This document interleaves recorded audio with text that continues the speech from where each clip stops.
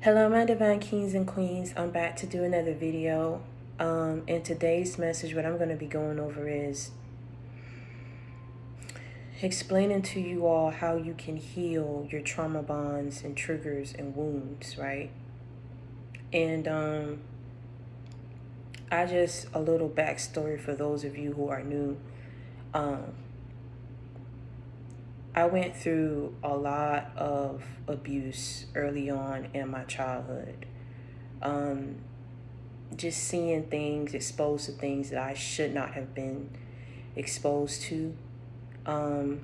It was a lot of toxicity that I was exposed to, things of how I seen how my mother was treated.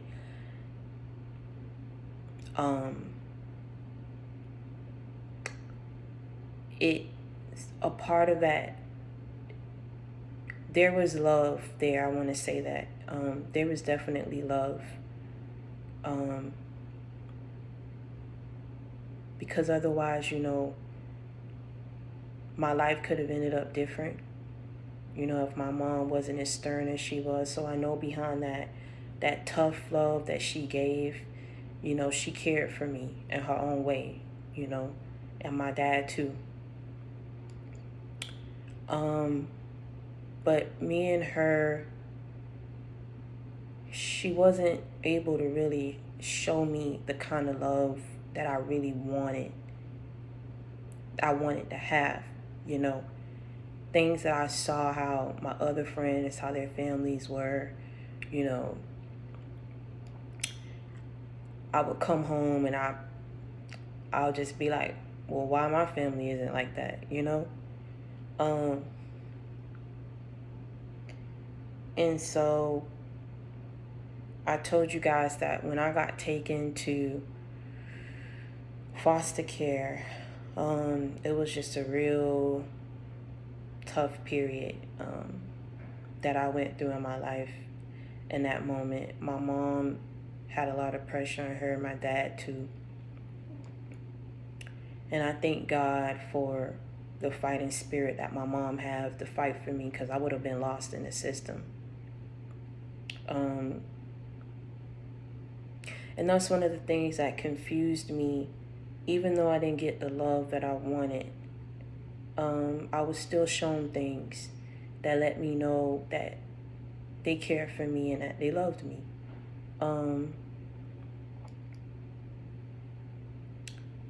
And so a part of this phase, what I'm telling you, and being able to heal from it, is addressing it. You can't be in denial about it, what you went through. You can't sugarcoat it. You got to hit it dead on.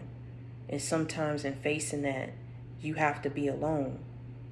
And so when I was faced and asking myself why I kept keeping toxic people in my life that was destroying me, that were treating me like a dog, why I kept going back, why I kept trying to have sympathy for these people, and it's because of situations I went early throughout my childhood, just staying around family. When family would say stupid stuff or try to joke me and stuff like that, I would never stick up for myself. I'll keep going around.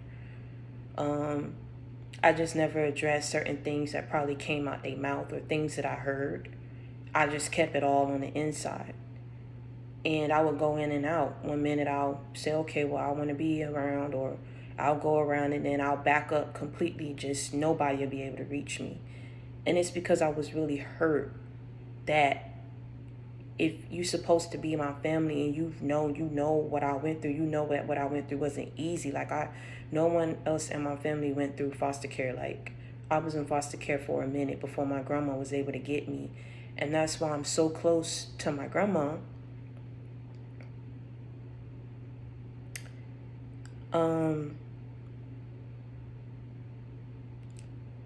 And so how I was able to heal from that, I had to address it, I tell you guys that when I first got there, the lady was disrespecting me. She was telling me I wasn't going to be nothing, that my mom wasn't nothing for having me here. I was embarrassed to go to school because my mom, even though I didn't have all this kind of money, she made sure my hair was slicked back or something. And when I was going to school, like, this lady was just sending me there just with two big braids. She wasn't trying to gel it. She wasn't trying to do anything. She sent me to school any kind of way with these big stuff, clothes that didn't even fit me. And she's, well, it's because, well, your mama don't, clothes. I guess she think that she gonna get you out or whatever. And I told you what really messed me up was the sexual abuse that I encountered there, at the hands of one of her sons, her eldest son. And it started off where he was just trying to build trust with me at first. And so he'll do things like he'll let me sit in the front seat if we went somewhere. I recognize now I was in the city area. Back then I didn't know where I was. And he'll let me he'll sit in the seat, or he'll just do certain things for me, like, oh no, she gonna get it, you not getting that or whatever. And it would cause these other girls to beat me up.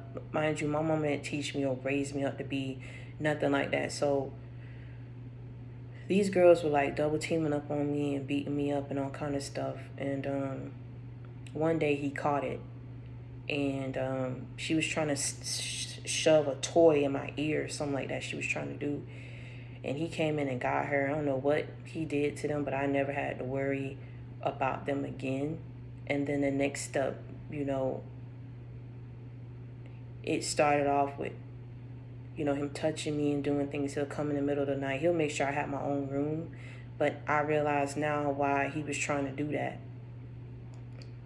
And one thing about it, why I said I had to release it, I'm like, there's no way that lady didn't know. It's like she didn't care. And it's like all we were was just a check to her. And when I tried to tell social services, I was like, get me out of here, please. And she'll go and lie and say that I was lying and stuff.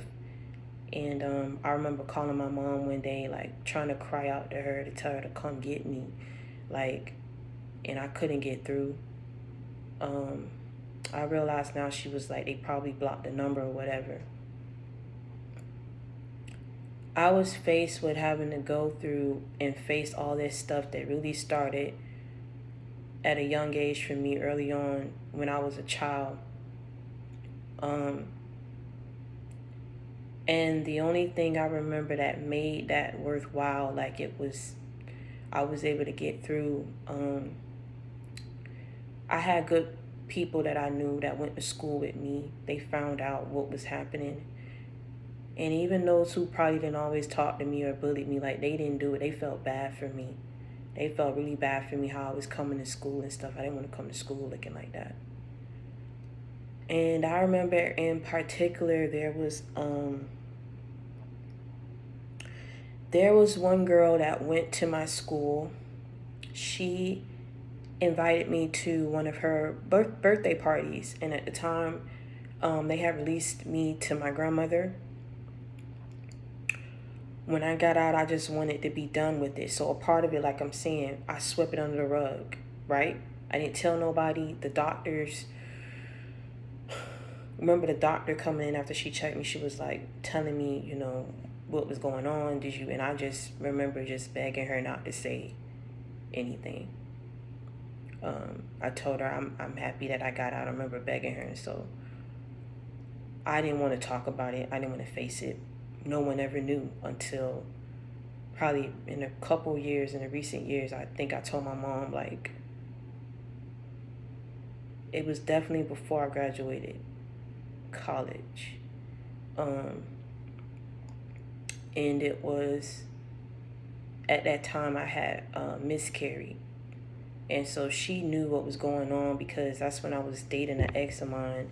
And I was living in with him, and then my dad had to come and give me pills. She was like, you was bleeding so heavy and all this other stuff. That's when you had your... And I told her, and I came open about the other stuff. And so me and her had a heart-to-heart with that. But getting back to what I was saying, my grandmother had to end up taking me to the girl's birthday party. They came and they took us from school. And then we went there, and I saw how big her house was, and all her brothers came down. Her mother and everybody made everybody come down and, speak to me. And so for that one-on-one time before all her other friends came, we played foosball. She showed me her room. And it was so funny. Her mom cooked fried chicken. and it was some good fried chicken. They were Indian. They were Indian, but it was some real good like fried chicken that they cook. And my grandma grabbed herself, so she was just like, "Oh my God, them people know how to cook fried chicken. Would they know some black people?" And I said, my grandma, she'll say things right then, and like she don't hide it. So my grandma was good. She was talking to the mother, and then I was going around and playing and everything. And when her friends came, she wanted to spend time with her actual friends that she knew and was spending time with every day on a daily basis. But I get why she invited me there. She was trying to be nice to me and everything like that. And I just remember, like, I wasn't feeling any hate or anything like that. I remember feeling just so grateful that she invited me to come here and do that with her. Because everyone saw and they knew my situation. So when I say that to say, when I was thinking about, these different things that I went through in my life, and how it took an effect on me, and just how I was treated in these relationships, things I took off of family saying about me that they think I don't know. It just really hurt me that other people outside of them have to come and tell me, like, your family been talking this about you for years, or they'll be very detailed in the things that they were saying because some of them were in the house. That's the thing. It's like when they talk around other people, they don't know who they're talking around, and then they think that everybody condone what they saying about a person. And then people catch me in the street and they tell me, like, why your people, do they hate you or something, this and that? I'm like, what were they saying? And these people, like I said, nobody have a reason to come and tell me nothing or make up some mess like that. You get what I'm saying? And it was all in the time that I was going through phases too. But I just felt like if you family, instead of adding your 2 cents in, you should have been trying to pray more instead of trying to judge and talk about somebody behind their back. And all of this just factored into things I went through with my mother. And when she'll come, she'll just sit me on her lap and she'll cry about the things she was struggling with, and she'll be like, "Do you forgive me?" And I always tell her that I forgive her and that I love her. Still to this day, I do love my mom. I do love my dad.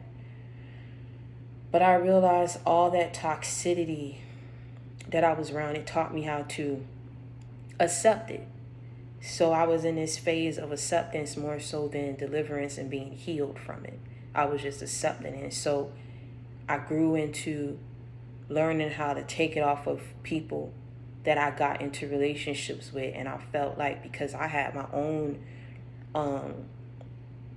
abandonment issues, I felt like I couldn't let go of certain people when I sense things that, they need help, or I can't give up on them, or they need somebody to be there for them and not just. But then when I realized that people were counting on me to think like that and be like that, it hurt me even more, because I'm like, instead of counting on it, why can't you just appreciate it?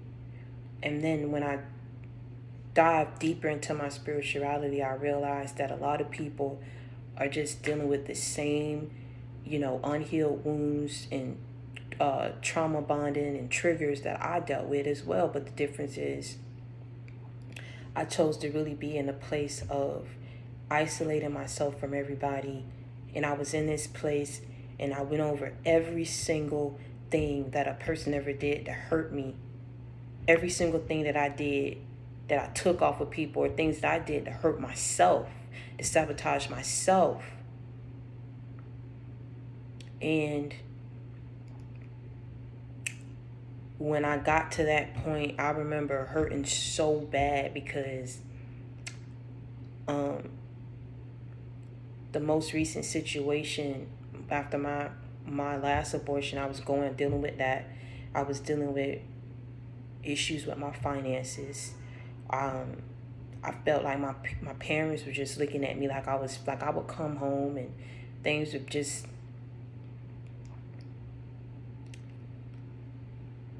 people would throw low blows. And, at times I didn't understand where it was coming from when I wasn't saying anything, or maybe I came and I tried to come from a place of love. And it really was at an all-time high when I started my YouTube, and people were telling me like, "Oh, you should stop."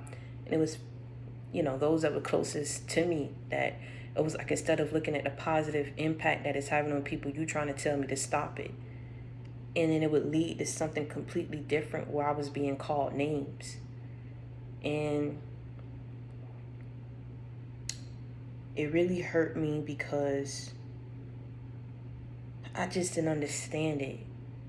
And I look back and I said, I never had a real friend. And I don't understand. Like, everybody else can make friends. Everyone else, so what's wrong with me? What is wrong with me? I know I'm a good person. I'm not saying that you got to be friends with somebody because they nice. But, I got my moments. I got my ways too. But for the most part, I'm an easygoing person. You know what I'm saying? And it's just, everybody did something to either hurt me, betray me. And it all came out. And when I was all faced with that all at once, I had to sit there and I had to really think about it. I had to really figure out and focus on how I was going to heal. Because I knew that if I wanted better for myself and I wanted to attract better people in my life, it first starts with me and how I view myself. I wasn't viewing myself properly because of how people was making me feel. And my grandma used to always tell me, the day that you get delivered from people is the day that you're truly free. When I didn't care no more about what people was going to say, because I felt like when I cared, something still was being said. When I didn't care about being accepted, because I felt like when I cared, I still really wasn't being accepted, because people be fake to my face and then go behind my back and spread my business, or try to talk to people that I knew that I dated, or try to do little stuff. It just didn't make no sense to me. And when I didn't care no more. When I didn't care, it broke something and it lifted something up off of me. And I remember hurting so bad. And I was in my house and I felt like my mom and dad, I needed them to be there for me more, and they was just leaving me in the house by myself. They'd just go.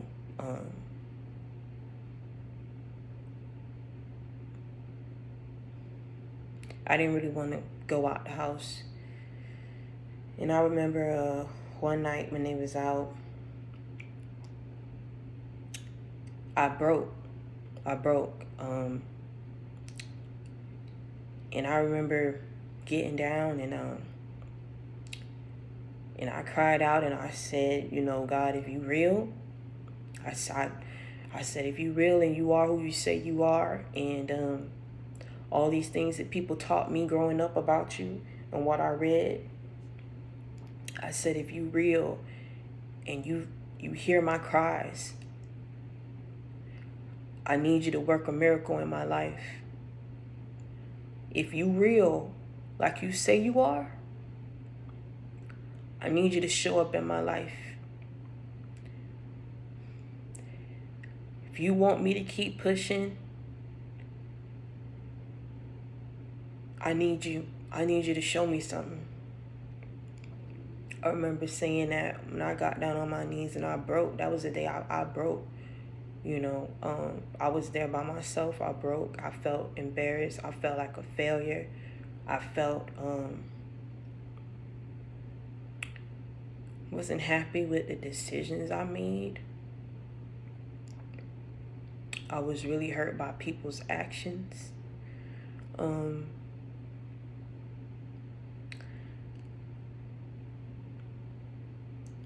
And when I faced it, it wasn't easy. But when I faced it, I called out on God. I called out to him. And I told him that I needed him.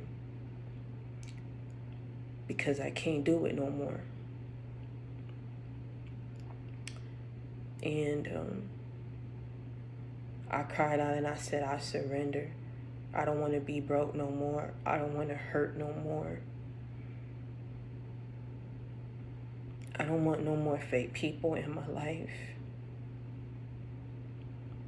I'm done.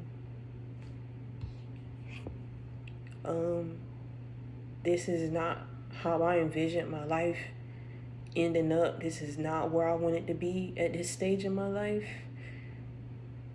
And I apologize. I ask for forgiveness of any sins I've committed against others. I ask for forgiveness. I want to heal. And if you're real like you say you are, I need you to show up in my life. Because I'm about to give up, for real. And crying was a healing tool for me. It allowed me to just really cry out everything that I was feeling. I wrote out letters to people who hurt me. I wrote out everything that they did to hurt me. And at the end, I signed it off and I said, I forgive you.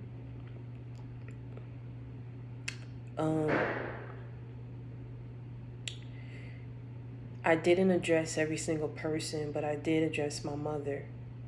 And I told her the things that she said was just really out there. And I don't know, and I know I didn't do anything, And, she came open about how no one in the family know how to love right. They don't know how to be loving and stuff like that. And you got to protect yourself. And she said the things that she was battling with. So it gave me more insight and clarity as to why she was the way that she was, so I wouldn't keep being angry or upset. I just forgave, and I started praying for her, and I started praying for everyone in my family. But I just realized at this stage in my life, whether people know that I know or not, I'm not in that space to sit up here and try to tell you how you should treat me. If I know I never did anything to deserve any mistreatment or misjudgment from you, you're simply just going to get cut out my life. Because life is too short. It's too many things that's going on in the world for me to be focused on foolishness and people who just can't do me right. Before I got to that stage, I really had to address the hurt.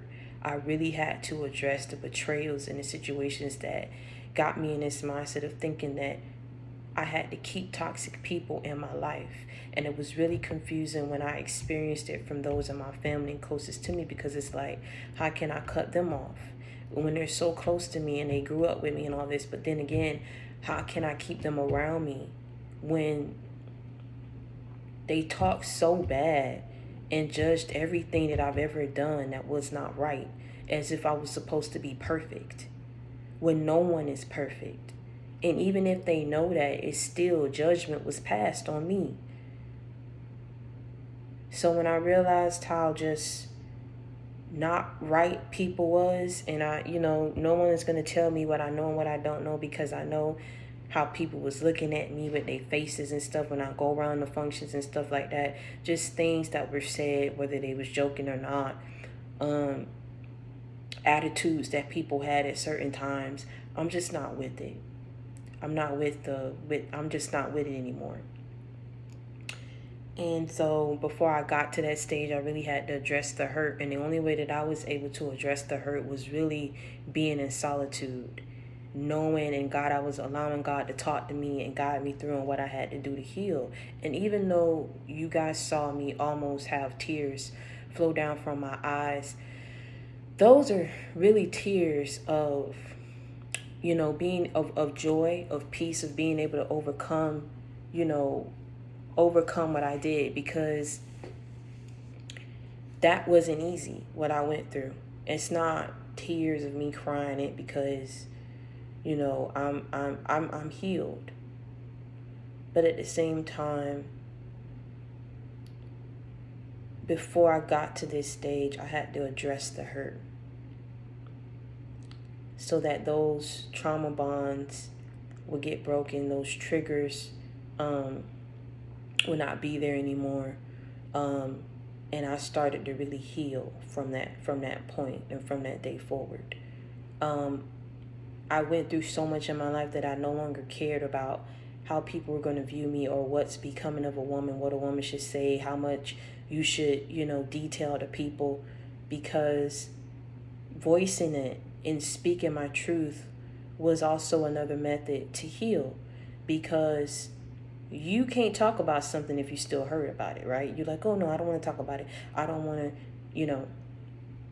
But when you're able to talk about it and you're able to guide other people through of what they can do to try to heal from their own hurts and wounds, that's when you know that you've healed.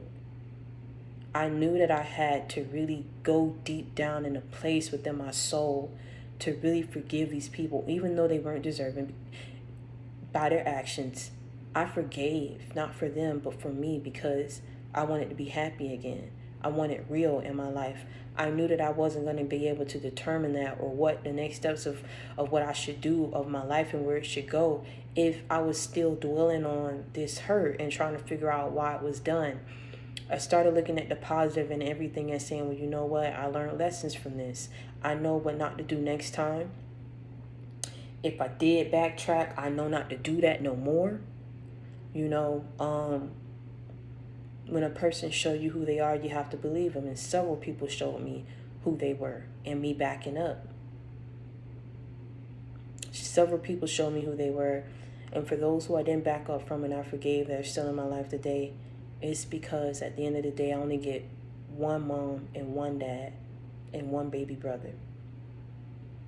I'm going to love them to the day I die.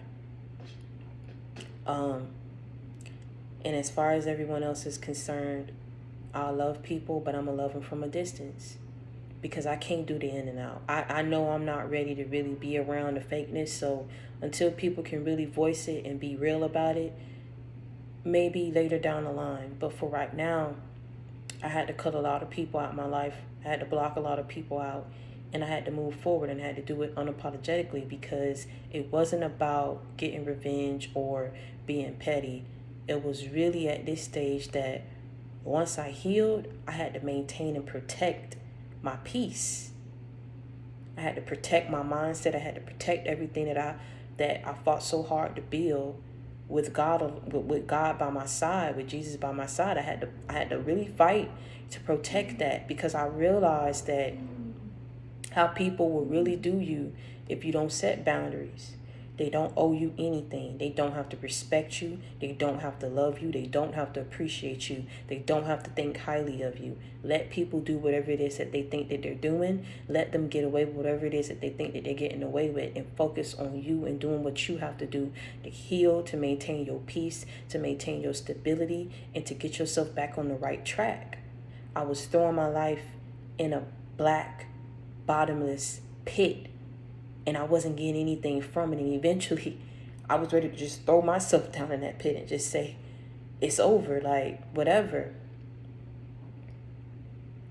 When I cried out to God and I had acknowledged my part in it, but I tapped in it and I said, I'm going to acknowledge my part in accepting it, because I realized all the toxicity and the negativity that I accepted and kept in my life from so far back. And it just built and built up and built up. And I had to break those habits. I had to start really loving Victoria. I didn't love myself. I didn't know who I was. And I was around so many negative people that didn't make it any better. I knew I was different, though. I knew I was different. And so I really had to just protect myself and really just see things from a different perspective if I wanted my life to be different. I didn't care who was going to accept it, who was going to say what. If you can't accept a person's, the way I look at it, if you can't accept a person's deliverance, you can't accept the person's healing, you can't accept the person changing, it's something about you that's stuck, and it's something about you that's evil. Because I don't know any person that wants to keep holding on to the things that a person done in the past when they see all the good that a person have achieved. All it just started doing was opening my eyes up across the board, across all levels, to people who I encounter and people who I had in my life that I had to cut out. If your actions not lining up and your energy is off, you're not about to be around me. But before I got to this stage, a lot of people would tell you I was very, soft-spoken, lighthearted, all that type of stuff. I'm not, even though I'm still, like I said, I'm a nice person. I'm a no-nonsense when it comes to protecting what I have to protect, especially if you think you're about to play on my intelligence. But understand, before I became this woman that I am today, and speaking how I'm speaking today, I can't go in full detail about a lot of things, but just the generic overview of it is I experienced a lot of abuse in my childhood. I had love. I had some happy days. But I had some days that really, really affected me very bad. Very bad, that I never spoke on. Because I was trying to protect those that I loved. And that's where that started. Trying to protect people that I love. I swept a lot of things under the rug. And I thought, oh, well, that's normal. You know, that's normal to be treated like that. It's normal if a person, you know. I started taking it from people that I encountered in school. It went from that. It went family. And then it went, you know, work situations. I just kept my head down, and I took a lot of stuff until the last situation I went through. Like I said, from 2018 to about 2020, I broke, and I would not have been here.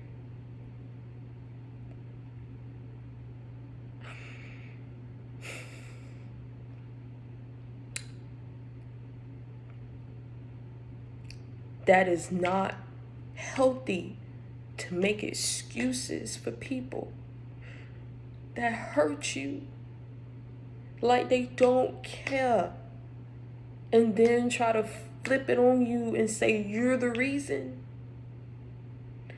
Take accountability.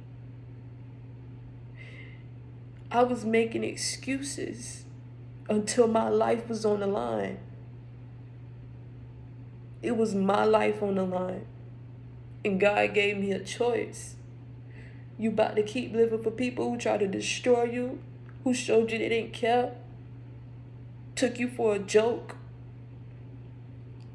Or do you care about your life? Because if you care, I'm going to give you a chance to fight for it. And I fought to look at myself in the mirror and say that I'm beautiful, that I'm somebody. I fought to be happy. I can wake up. These are tears of joy. I want to just stress that again. I can wake up and be like, what I'm going to do today, I don't care. I don't care that a lot of people will say, oh, you should be married at this time. You should have kids at this time. A lot of people don't even know themselves in their own marriages. That's why it's a lot of divorces. I say, before I rush into anything, if it's meant for me, it'll be for me. I know I'm a good person. I know what I can bring to the table. I know I love hard. I know if a person let me in, you know, I want to be happy. It's that I gotta protect myself. I can't go through what I went through before. And God gave me a chance to fight for my life. And so I'm just trying to tell a lot of people, man, you got to heal first. Don't focus on, stop trying to skip and run before you walk and you crawl. Like, you have to heal first. And a part of that is not making excuses and say, oh, so-and-so didn't do that. I'm just being, no, they did. That happened to you. And now you have to heal. And how you heal is addressing it, forgiving yourself, then forgiving these people, and then you pray to God for strength. Because depending on the level and the severity of what happened to you, some people do not make it through. But I know the people I'm talking to and that come across this video, you love yourself and you care. You want life. You want a new life. You want a new start. But you got to fight for that. Otherwise, you're going to keep getting in these same cycles, encountering these same people. You're never going to heal. And then, like me, it's another thing. It's just going to be the straw that break the camel back. And God really had to be there for me to get me back to this stage. I don't take credit for anything. I don't take credit for my job. I don't take credit for my ministry, my YouTube. I don't take credit for my followers. I don't take credit for the money I have. I don't take credit for any of this. I only have it because of the grace of God. Because he saw me through. He evidently seen some of myself that I didn't see. And he gave me that chance and I ran with it. And I'll never look back. I'll never look back. I care for the people. I forgive the people because they served a purpose in my life. I learned from those lessons. I learned from that hurt. I grew from the pain. But sometimes you got to understand, you can love a person, you can forgive a person, don't mean you got to keep them in your life. You can love people from a distance and release them in love. That's also part of healing. Releasing those issues of abandonment, releasing those codependency, releasing those triggers, those trauma bonds, healing those wounds. It starts with you. In your solitude. And if you got to cut certain people off to save yourself, you do just that. But you do it the right way. It ain't what you do, it's how you do it. You release people in love and you pray for them. You don't hate them. Because that prevents the healing. You got to completely, from your soul, your mind, you got to completely release it. And you got to, a part of that, what helped me was once I addressed it, I wrote it down, I forgave, I cried. I couldn't be strong in that situation. It was nothing that I went through. I broke and I cried. I broke and I cried months in, and I found myself just doing this at night, just hugging myself like, I love you, I love you. I did whatever I had to do to get myself out of that rut. I did not love myself, especially when I went through what I went through. I really just was like,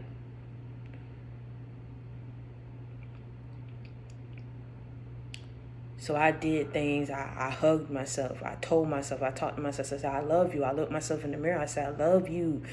Girl, you smart. Girl, you somebody.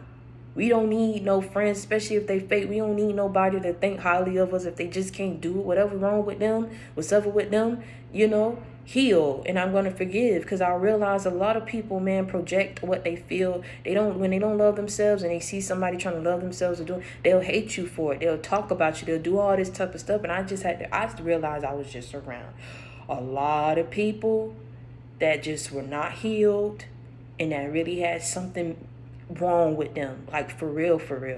This ain't no, they just had a breakdown and whatever. No, they was something really wrong with them. And when I realized that, I got down on my knees and I said, if you real, show me who you are and work a miracle in my life. If you love me like you say you do, because I'm about to give up. It was like my last, prayer. I was like, do something. And I kept, when he showed me a sign, from that day forward, I fought every day until he really brought these blessings in my life. And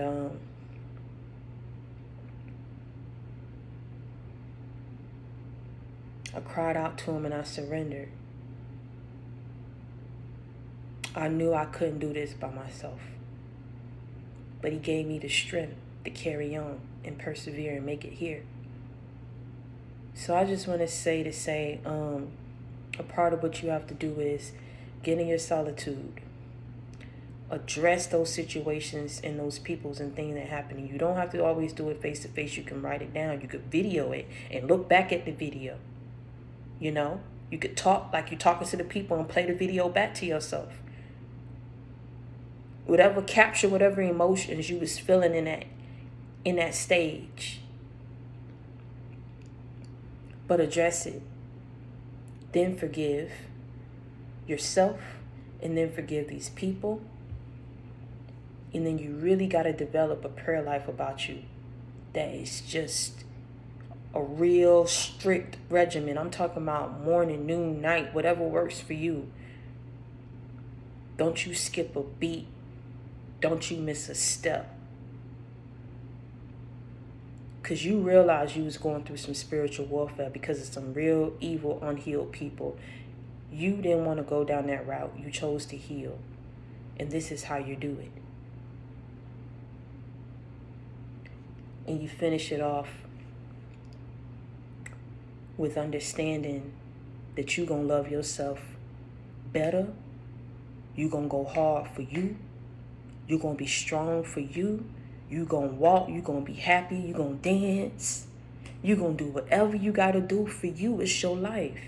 You're not living for people. You're not living to have a whole slew of people around you. If you could find just 2 set of people, whether it's family, friends, whoever, 2 set of people that you know ride for you, that you know go hard for you, that you know got you, gonna pray for you, boy, they ain't gonna let you just give up on yourself. They gonna love you to the end. Come on, man, hold on to them people. And there's people out there that exist. The thing is, you can't let these situations that you're going through try to cloud your mind and your judgment. Like, oh, I'm never gonna do this. No, you have to heal so that this is right. Because when this is right, you're going to look at things differently. You're going to look at people differently. You're going to look at situations differently. When you're looking at things differently, you're going to feel differently about these things and about these people and about these situations. And you're going to think more clearer. You're going to move and make smarter moves. You get what I'm saying? Better moves is going to position you and set you up for life. That's how you do it, though. That's how you do it. Sometimes it takes us going through these things so that we may learn and grow from it. It ain't so that it stops and hinders our growth. It's to propel us and take us to the next level and help us grow and move smarter and better and wiser and stronger, healthier, in a peaceful, calm, loving space. That's what you have to start valuing. You value people too much than you value yourself. You value these situations and materialistic things more than you valued God. Now that you understand and now that you see things clearly, if you're still struggling with it, that's how you're going to come out of it. And until next time, I want you to stay prayed up and be blessed. And I want you to understand we ride together, we slide together. JC Gang for life. Get these messages out there. Bring more people to the JC Gang. Y'all know I come with that real, I don't come with that fake. I keep it 100. I keep it a buck with you. I hope this helps you. I love you. And until next time, stay prayed up and be blessed.